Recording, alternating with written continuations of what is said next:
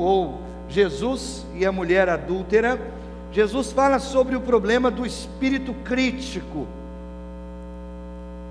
F.B. Meyer é um grande comentarista bíblico, disse uma coisa que ficou na minha mente enquanto eu esboçava esse sermão: é uma coisa terrível para um pecador cair nas mãos de seus companheiros pecadores. Pense nisso. É uma coisa terrível para um pecador cair nas mãos de seus companheiros pecadores. Irmãos, essa história de Jesus e a mulher flagrada em adultério é tão popular que até mesmo as pessoas que raramente leem a Bíblia conhecem essa história. Essa história é tão conhecida que dizem os especialistas que praticamente todos os grandes museus da Europa têm algum tipo de obra, uma escultura, um quadro baseado nesse momento dramático do encontro de Jesus com essa mulher. Nosso texto também contém uma das declarações de Jesus mais famosas de todos os tempos. É aquela que diz: aquele que estiver sem pecado, atire a primeira pedra. Esse é o tipo de frase que a gente usa, ou que a gente vê na boca dos políticos que são surpreendidos em alguma falcatrua, em alguma transgressão ética ou moral. Mas como nós veremos um pouco mais à frente, essa é uma das declarações bíblicas mais mal interpretadas, mais mal usadas de todos os tempos. Esse retrato da filha pródiga, eu a chamo assim, ilustra perfeitamente o significado de João, capítulo 1, o versículo 17, que diz assim: pois a lei foi dada por intermédio de Moisés, a graça e a verdade vieram por intermédio de Jesus Cristo. O texto nos apresenta as duas faces de uma mesma moeda. De um lado fala da lei, a lei de Moisés, a lei que condena o homem, a lei que diz: o homem é pecador e é digno de morte. O outro lado da moeda fala da graça, do amor de Deus, que é revelado a todos os pecadores por intermédio de Jesus. Nessa história nós encontramos duas verdades reveladas. Primeiro, o perigo de um espírito crítico. Segundo, o coração perdoador do nosso Senhor Jesus. E apesar de se passarem 2000 anos dessa história, essa história ainda capta, atrai a nossa atenção, e certamente essa história demonstra a relevância duradoura da Bíblia. Aquilo que aconteceu 2000 anos atrás, poderia muito bem ter acontecido ontem, no bairro onde você mora. Essa história poderia muito bem ter acontecido na rua onde você mora. Essa história poderia muito bem ter acontecido no quintal da sua casa, ou na sala da sua casa. Esse incidente é tão real que poderia ter acontecido comigo e com você. Para a gente entender essa história e extrair dela alguns ensinamentos práticos para a nossa vida, eu a separei em algumas partes, e a primeira parte eu chamo de a mulher flagrada. Os versículos 2 e 3 dizem assim: ao amanhecer ele apareceu novamente no templo, onde todo o povo se reuniu ao seu redor, e ele, Jesus, se assentou para ensiná-lo. Você imagina a cena, Jesus sentado, uma multidão ao seu redor, e ele está ensinando as palavras de Deus. E diz: os mestres da lei e os fariseus trouxeram-lhe uma mulher surpreendida em adultério, e fizeram-na ficar em pé diante de todos. A história começa numa manhã, quando uma multidão se reuniu no templo para ouvir Jesus.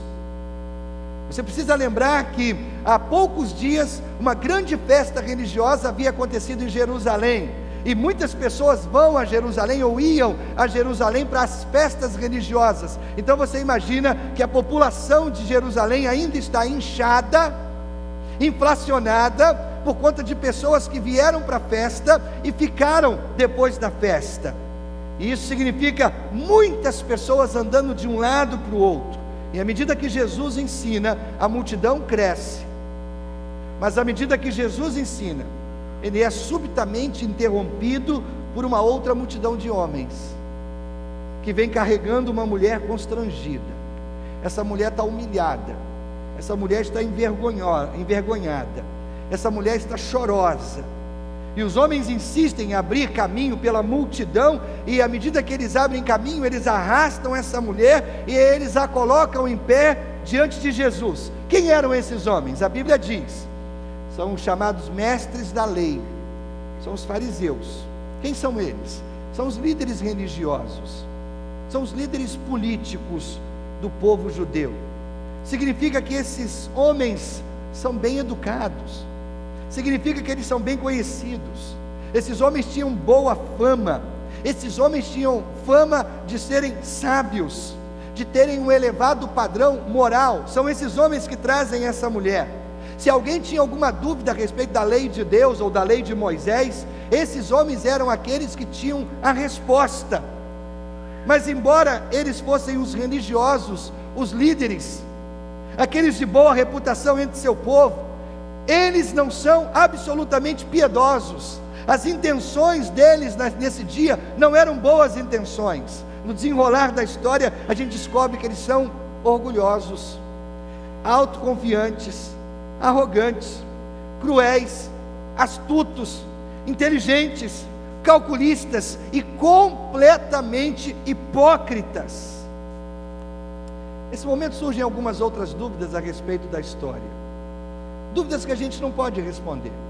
Por exemplo, quem era essa mulher? A Bíblia não diz. Será que ela era solteira, noiva, casada? Nós não sabemos. O homem com quem ela teve um relacionamento proibido estava ali na multidão? Nós não sabemos. Ela é jovem ou ela é idosa? Nós não sabemos. Esse texto é tudo o que nós temos a respeito dessa mulher. Qualquer outra coisa que a gente disser sobre ela é apenas especulação. Como as pessoas pegaram essa mulher no pleno ato? Mais uma vez, nós não sabemos responder, mas há algo suspeito no ar. A lei dos judeus era muito específica sobre esse crime. Desde que o adultério era tecnicamente um crime que levaria à condenação à morte, a lei exigia que qualquer acusação deveria ser feita por pelo menos 2 testemunhas ocular. 2 pessoas deveriam dizer: eu vi. Não era suficiente dizer: eu os vi entrando naquele quarto, depois, eu os vi saindo de lá. Tinha que haver mais detalhes, tinha que ser mais preciso o testemunho das pessoas. Boato como testemunho não seria aceito para acusação tão grave como essa. Então, como é que esses homens conseguiram surpreender a mulher no seu ato errado? Nós não sabemos. Isso leva a uma outra pergunta, e talvez a mais importante: onde está o homem? Onde está o homem? O adultério, por definição, você sabe, requer 2 pessoas. Não é provável que o homem de alguma maneira tenha escapado, mas a mulher não. Pense bem, talvez tenha sido uma armadilha. Talvez esses mestres da lei, esses fariseus, tenham combinado com aquele homem para ele seduzir aquela mulher, a fim de que eles pudessem surpreendê-la em flagrante e depois permitir, segundo o combinado, que aquele homem fugisse. Talvez fosse isso.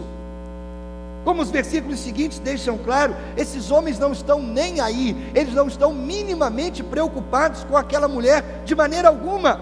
Se essa é uma armadilha montada para surpreender ou para pegar Jesus em algum tipo de engodo, aparentemente aqueles homens também estavam dispostos a cometer assassinato, matando aquela mulher. Então eles não estavam nem aí para ela. Uma pergunta final: por que expô-la publicamente?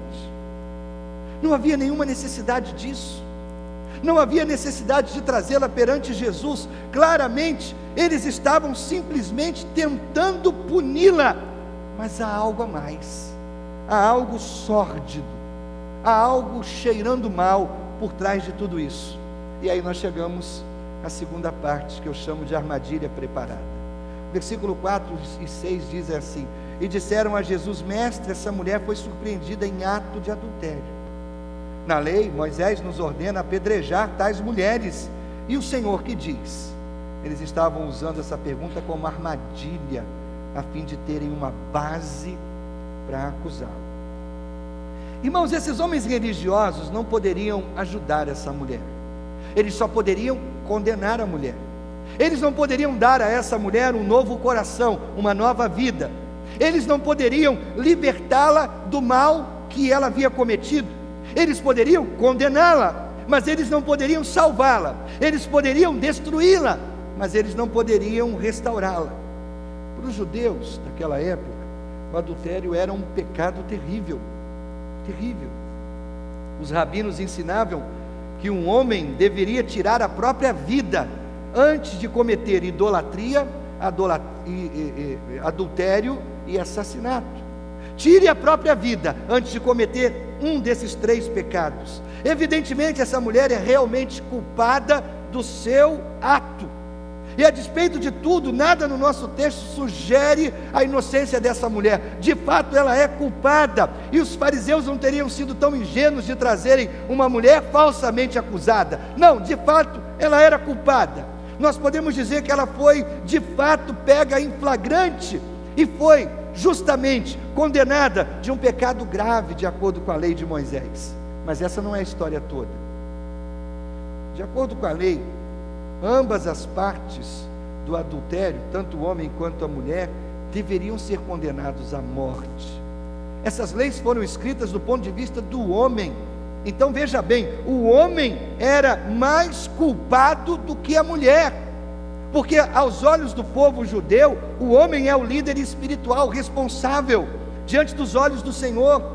Então, ao apresentar essa mulher para Jesus, os líderes judeus esperavam colocar Jesus numa armadilha terrível, num dilema terrível. Veja bem, se Jesus dissesse, condenem a mulher à morte, ele estaria contrariando a lei de Roma. Roma não permitia que os judeus condenassem mais ninguém à morte.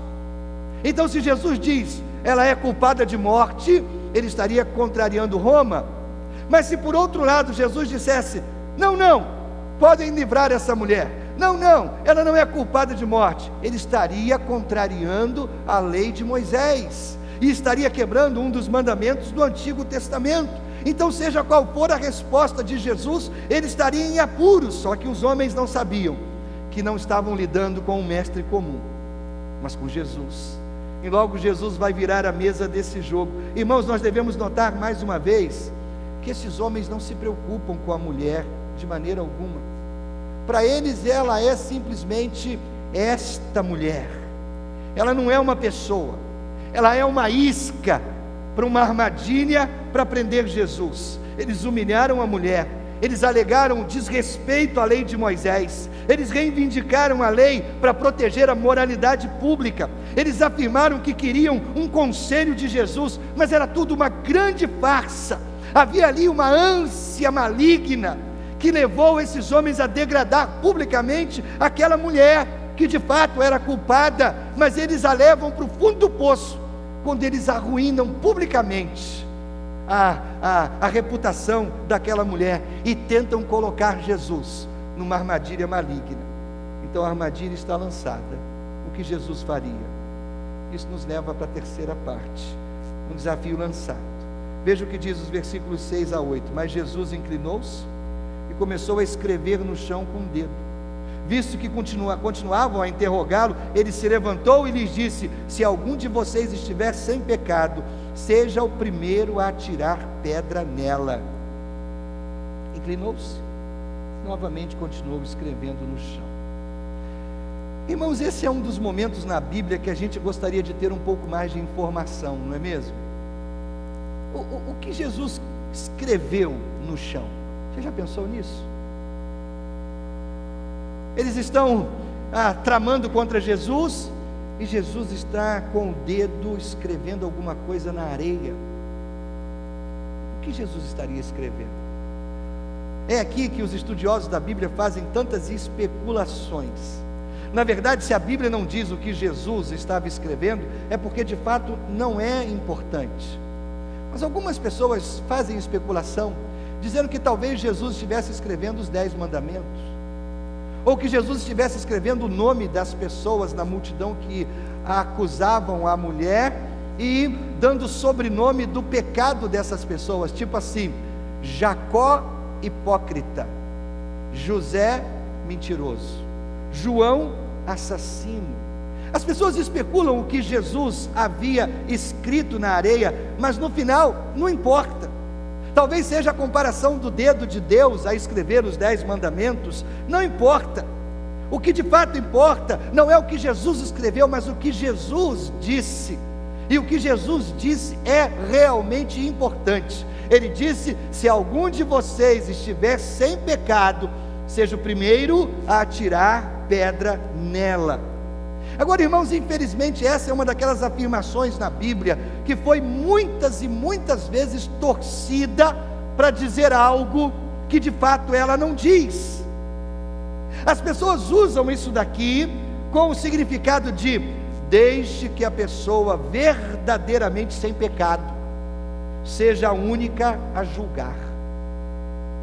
E não é esse o significado. Se é isso que significa, ou seja, quem não tem pecado que julgue essa mulher, se é isso que significa, então ninguém, em qualquer lugar, em qualquer época, jamais poderá julgar aquela mulher, porque todos nós somos pecadores. Além de Jesus, ninguém mais poderia de fato condenar ou julgar aquela mulher. Por quê? Porque ninguém está isento de pecado. Mas não foi isso que Jesus quis dizer. O verdadeiro significado das palavras de Jesus é algo do tipo: se vocês estão fazendo a coisa certa, então matem essa mulher. Ou ainda, se o julgamento de vocês é justo, se vocês estão cumprindo a lei com justiça, se o coração de vocês está puro, se a motivação de vocês está correta, então matem essa mulher. Você entende? As palavras de Jesus são feitas para lembrar aqueles homens da gravidade das acusações deles. Os motivos importam muito. Em essência, Jesus está dizendo: antes de pegar a pedra, dá uma boa olhada no espelho. Certifique-se de que você é moralmente qualificado para julgar essa mulher até a morte. Certifique-se que no seu coração não há maldade, não há engano, não há truques, não há armadilhas, não há desonestidade. Certifique-se de que você não é culpado do mesmo crime que ela. Ela quebrou a lei? Será que vocês estão quebrando também? Jesus está lembrando que se eles testemunham de forma maliciosa, se eles testemunham de forma dolosa, eles estão assinando a própria sentença de morte. Então, não é se há alguém que não tem pecado, então você pode atirar a pedra. Não é isso. É porque Jesus percebe que existe uma armadilha em toda aquela trama maligna. E Ele está dizendo: se você for manter a lei, mantenha toda a lei, não apenas parte dela. Jesus não estava proibindo o julgamento daqueles que estavam errados, mas Jesus estava exigindo que as testemunhas contra aquela mulher fossem moralmente qualificadas para julgar aquela mulher até a morte. Talvez seja mais ou menos algo do que Jesus ensinou no Sermão do Monte, lá em Mateus capítulo 7, quando Ele diz que o mesmo padrão que nós usarmos para julgar as pessoas, esse padrão será usado para nos julgar. Irmãos, sem dúvida alguma, esses homens estavam preocupados com as palavras de Jesus. Agora eles foram confrontados. Eles queriam falar sobre a mulher, Jesus queria falar sobre eles. Ele não disse: deixe que ela seja apedrejada, mas Ele disse: quem será o primeiro a tirar a pedra? Há uma enorme diferença. Na mente de Jesus, a mulher não era o problema eram os acusadores da mulher, os hipócritas. Eles queriam falar sobre a lei, que se refere ao comportamento externo, e Jesus queria falar sobre a lei do coração, a lei da motivação. É isso que de fato importa para o Senhor. Na mente de Jesus, não era a mulher o problema. Ela sim havia errado, mas o grande problema era a hipocrisia de quem julgava a mulher. O nosso Senhor viu o pecado da mulher, mas Ele também viu a hipocrisia deles. Comparada a eles, essa mulher parecia quase inocente. O pecado deles era muito maior, porque eles usavam o disfarce de religiosidade, de piedade, para ocultar a sua hipocrisia. Eu penso, irmãos, que no final havia muito mais esperança para aquela mulher pecadora do que para aqueles fariseus hipócritas. Depois de ter sido flagrada em adultério, ela estava mais perto do reino de Deus do que aqueles religiosos estavam. Ela não nega o seu próprio pecado, mas aqueles fariseus não admitem que tem pecado. Depois das palavras de Jesus, eles vão saindo um a um. Os mais velhos primeiro, talvez tivessem consciência de mais pecados, sabiam que não eram sem pecado nessa matéria. Como algumas pessoas costumam dizer, se os pensamentos de um homem fossem impressos em sua testa, ninguém andaria sem chapéu. Então, irmãos, a questão terminou dessa forma.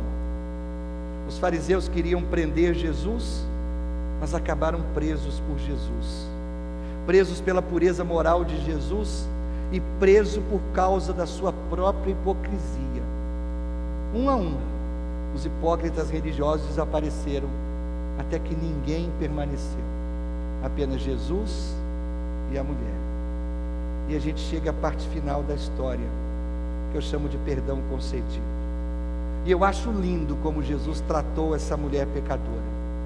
As ações de Jesus em relação a essa mulher são ações lindas. Diz o texto que ele a encarou. Ele está falando com seus opositores e ele está escrevendo na areia. Agora, quando ele vai falar com ela, ele se levanta e ele olha nos seus olhos. Ele pôs-se em pé. Segundo, ele a questionou: mulher, onde estão eles? Terceiro, ele a perdoou: eu também não a condeno. E quarto, ele a desafiou: vá e abandone a sua vida de pecado.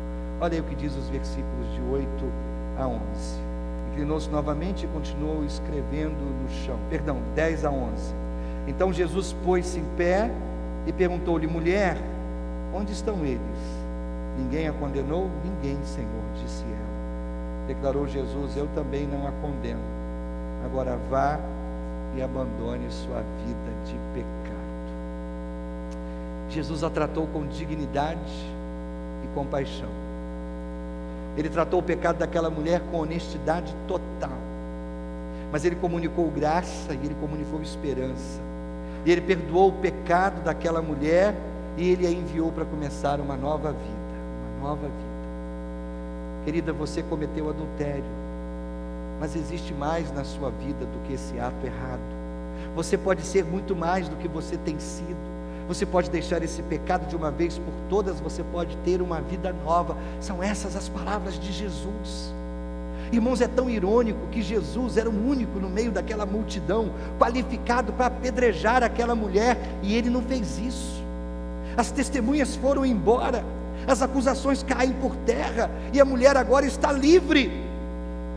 E o que acontece entre ela e Jesus? Então Jesus pôs-se de pé e perguntou-lhe: mulher, onde estão eles? Ninguém a condenou? Ninguém, Senhor, disse ela. E nessas palavras, irmãos, existe muito mais do que uma simples admissão de culpa. Quando essa mulher responde: ninguém, Senhor, essa é uma declaração de fé, breve, mas verdadeira. Essa mulher não tem uma desculpa para dar para si mesma. Ela apenas aguarda o Senhor dar o seu veredito, e ela diz de maneira tão simples: ninguém, Senhor. Ela não tem uma desculpa, ela não apresenta um argumento. Ela diz: ora, Senhor, eles foram embora, porque de fato eles não têm como me condenar. Não há argumentos aqui. E Jesus, ela vê em Jesus um homem diferente de todos os outros homens, um homem que a tinha tratado com graça em vez de desprezo. Uma pergunta: por que ela não foi embora junto com os homens que a acusaram? Porque ela permaneceu ali diante do Senhor?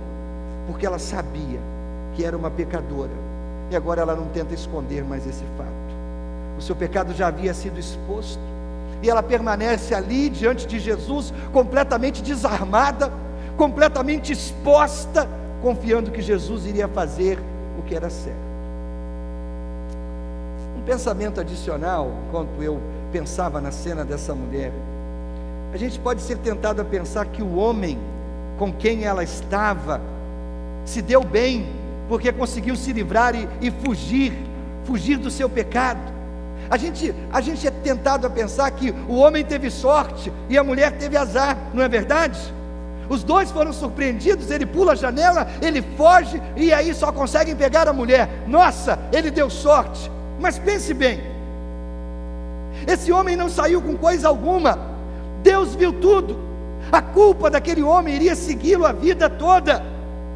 No final ela não foi tão azarada assim, ela se encontrou com Jesus e Jesus transformou a vida dela. Enquanto isso, o homem que fugiu ainda está atolado no seu pecado. Para aquele homem melhor seria ter sido exposto junto com aquela mulher, exposto ao amor de Jesus. Então nós vamos encerrar essa história com alguns pensamentos breves. Primeira coisa, todos nós somos como essa mulher. Todos nós. Todos nós. Todos nós somos verdadeiramente culpados diante dos olhos de Deus, de um Deus santo. Todos pecaram, diz a Bíblia. Todos nós somos tão falhos diante da justiça de Deus. Todos merecem a morte. Nós somos impotentes, nós somos incapazes de mudar a nossa condição de pecador. Nós somos condenados e nós somos malditos, a menos que alguém entre em cena e venha nos ajudar. Nós não podemos comprar a nossa fuga, nós não podemos fugir do nosso grande problema, que é a nossa condição pecaminosa.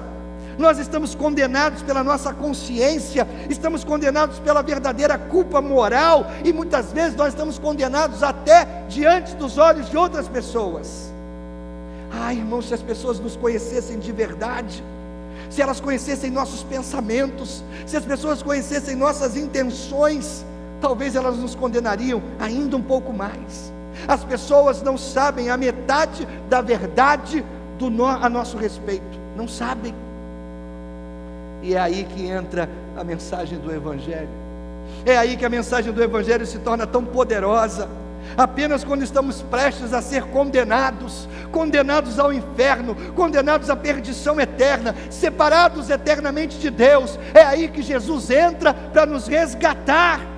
Algumas pessoas podem ter murmurado naquele dia, mas o pecado dessa mulher não será pago. Ele foi pago na cruz. Naquela cruz romana, quando Jesus foi condenado fora dos muros de Jerusalém, Jesus morreu pelos pecados daquela mulher e pelos pecados do mundo inteiro. Isso nos leva a outra conclusão: Jesus não condenou aquela mulher, porque ele sabia que dentro de poucos dias, ele seria condenado por ela, quando naquela cruz ele morresse. É isso que Paulo quer dizer em Gálatas capítulo 3, o versículo 13, quando diz que Jesus se fez maldição em nosso lugar, ou seja, Jesus assumiu o nosso pecado, e foi Ele que foi até a cruz e morreu, e foi condenado por causa do nosso pecado. Ele levou a nossa dor, Ele levou a nossa vergonha, Ele levou a nossa culpa, e o peso dos nossos pecados foi totalmente depositado sobre os ombros de Jesus, o justo. Essa mulher não foi condenada por Jesus, mas Jesus foi condenado por causa do pecado daquela mulher.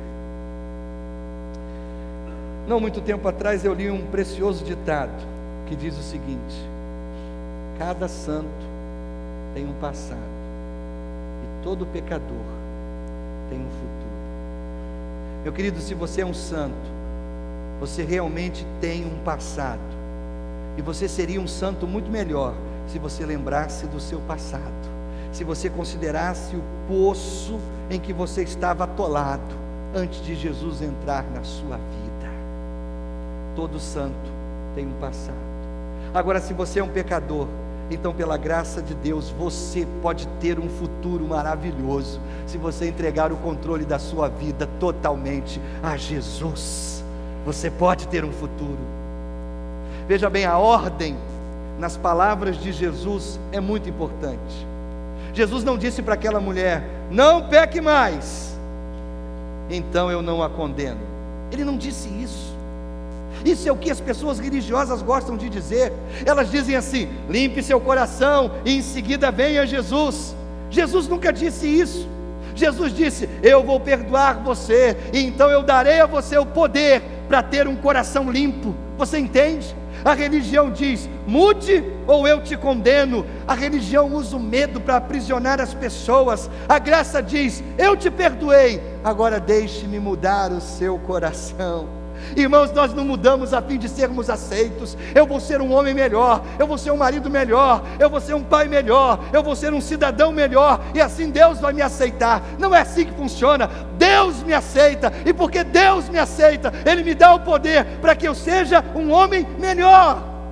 Nós não vamos mudar porque para a gente ser aceito, nós vamos mudar porque Deus já nos aceitou. Nada motiva uma vida nova como a graça recebida no coração de um pecador. A graça faz o que as regras não podem fazer. Para que ninguém pense que o pecado não importa, preste atenção. Jesus nunca deixa de lado o pecado. Ele não diz: isso daí não é grande coisa. Jesus nunca diz: dessa vez eu vou deixar passar, hein? Jesus nunca diz: que isso não é culpa sua. Jesus perdoa o seu pecado, e em seguida Ele envia você para viver uma nova vida. Mesmo que aquela mulher seja culpada, e de fato ela era, pela graça de Deus, ela sai como uma folha limpa, uma nova vida e um novo poder dentro do coração, para viver essa nova vida. Eu quero que você acrescente a essa história 2 últimos versículos. João 3,17. Deus enviou o seu Filho ao mundo, não para condenar o mundo, mas para que este fosse salvo por meio dele. E o outro versículo, Romanos capítulo 8, no versículo 1. Portanto, agora já não há condenação para os que estão em Cristo Jesus. Quando eu preparava esse sermão, eu lembrei das palavras de um hino cristão que tocaram o meu coração. Maravilhosa graça. O hino diz: maravilhosa graça, maior que o meu pecar, como poder cantá-la, como hei de começar? Trouxe-me alívio à alma, e vivo em toda calma, pela maravilhosa graça de Jesus. Irmãos, que todos nós que ouvimos esse sermão possamos refletir sobre graça e misericórdia. Se você é um cristão, pense no que Jesus já fez por você. Pense no dia em que a multidão de acusadores trouxe você até Jesus, e quando você achou que Jesus ia bater na sua cabeça e condenar você, Ele diz: eu não te condeno, eu não te condeno. Pense no que Jesus fez por você. Considere os seus próprios pecados. Pense nas suas transgressões. Você nunca verá a si mesmo corretamente, até que você saiba que você é o maior de todos os pecadores. Lembre da misericórdia de Deus, e em seguida rejeite ter um espírito crítico em relação ao pecado dos outros pecadores. Lembra do início, quando nós refletimos sobre o pensamento de F.B. Meyer, que diz: terrível coisa é para um pecador cair nas mãos dos seus outros companheiros pecadores. Rejeite o espírito de crítica que condena outros pecadores, e lembre-se, você é o maior de todos. Apegue-se ao sangue de Jesus como sua única esperança e sua única reivindicação de entrada no céu. Agora, para você, querido, você que ainda não entregou o controle da sua vida a Jesus, corra para a cruz. Corra para a cruz onde Jesus morreu por causa dos seus pecados. Venha a Cristo, Ele nunca vai rejeitar você. É a bondade de Deus que continua mantendo você vivo até que você encontre a salvação. É a bondade de Deus que conduz você ao arrependimento. Você está vivo pela graça de Deus. Deixe que a graça conduza você a Jesus, e deixe que Jesus lhe dê a vida eterna. O Filho de Deus, o Salvador do mundo, fala com você nessa noite as mesmas palavras que Ele falou àquela mulher naquela manhã: eu também não o condeno. Agora vá e abandone sua vida de pecado. Curve a sua cabeça, feche seus olhos, por favor.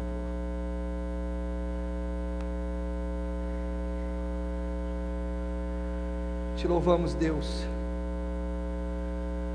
te agradecemos por tua graça infinita, por teu amor que não tem fim. Te louvamos, Senhor, porque o Senhor, apesar de nos conhecer tão profundamente, saber que nós somos tão pecadores, o Senhor não nos rejeita, pelo contrário, nos aceita, nos acolhe, nos ama. Obrigado, obrigado. Cabeça curvada, os olhos fechados. Eu quero lhe fazer uma pergunta.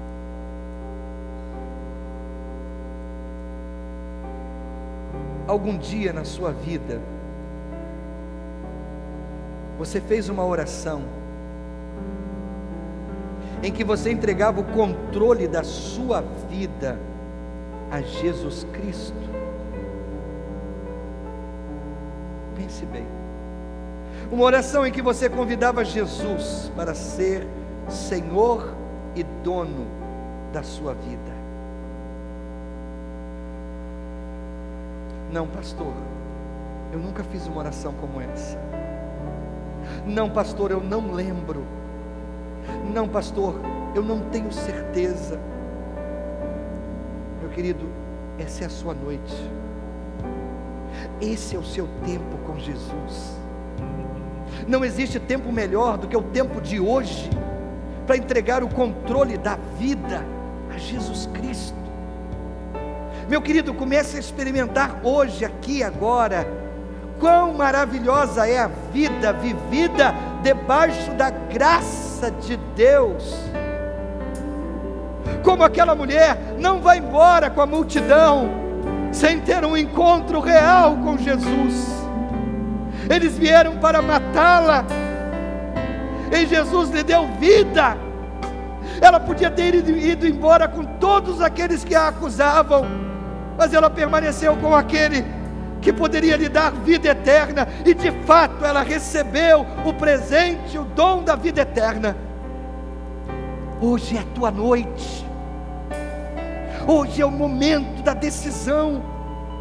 Nada é mais importante do que entregar a Jesus o controle da vida. Nada fará maior diferença na sua vida do que isso.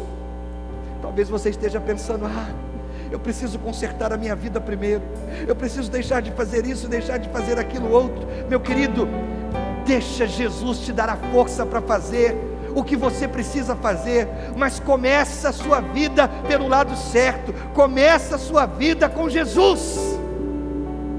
Começa a mudança com Jesus. Pastor, eu quero esse Jesus, eu quero isso para a minha vida. O que eu faço, pastor, é simples, é tão simples. Eu vou fazer uma oração, e eu desafio você a repetir essa oração comigo, palavra por palavra. Você vai repeti-la silenciosamente. As pessoas ao seu redor não precisam ouvir essa oração, porque isso é entre você e Deus. Mas ore com fé no seu coração. Nessa oração eu vou ajudá-lo a entregar o controle da sua vida a Jesus. Você deseja isso? Então ore comigo, silenciosamente, palavra por palavra, da oração que eu vou fazer.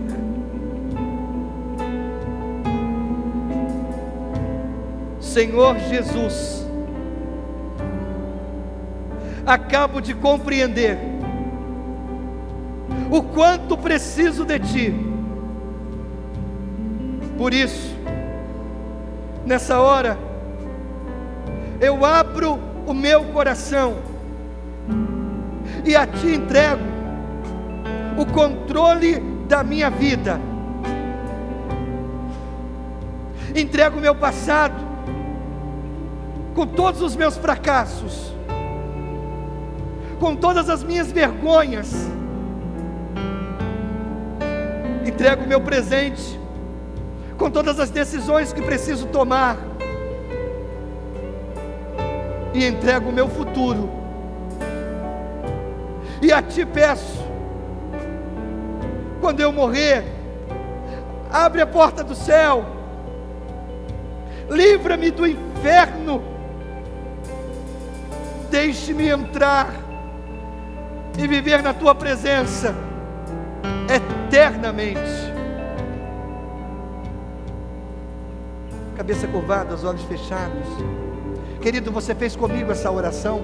Seja você quem for, membro desta igreja, membro de outra igreja, nosso amigo convidado, se você fez comigo essa oração, aí onde você está, eu quero muito orar pela sua vida. Então você fez comigo essa oração? Por favor, levante a sua mão e permaneça com a mesma levantada. Eu quero orar por você nesse momento. Alguém? Deus abençoe você. Permaneça com a mão levantada, por favor. Bem alto, levante a sua mão para que eu possa vê-lo. Mais alguém? Eu quero orar por você. Deus abençoe você, eu vejo você também. Lá na galeria, bem alto, levante a sua mão. Quero orar por você. Bem alto, levante a sua mão. Quero orar por você. Alguém? Lá na galeria? Eu vejo você, Senhor, lá na galeria. Deus o abençoe. Mais alguém? Bem alto, levante a mão. Quero orar por você. Você fez essa oração comigo? Você está entregando o controle da sua vida a Jesus nessa hora? Eu quero muito orar por você. Meu irmão, minha irmã, alguém com a mão levantada pertinho de você? Então aí onde você está, coloque a mão no ombro dessa pessoa. Ore por ela, por favor, me ajude, por favor. Vamos orar? Pai, em nome de Jesus, quero colocar todas essas vidas em Tuas mãos. E a minha oração, segura nessas mãos. O Senhor as conhece. O Senhor conhece a história de vida de cada uma dessas pessoas. E a minha oração, Senhor, é que o Teu amor possa de fato alcançar o coração de cada uma delas. E elas se sintam acolhidas por Jesus, perdoadas, transformadas desse momento em diante. Que o Senhor comece a escrever uma nova história na vida dessas pessoas. Que o Teu amor ajude-as a caminhar no Teu caminho, a fazer a Tua vontade. Dá-lhes a Tua bênção, meu Pai, por favor. Escreve seus nomes no livro da vida e dá-lhes a graça da vida eterna. Em nome e por amor de Jesus é que nós oramos. Amém e amém, Senhor. Amém.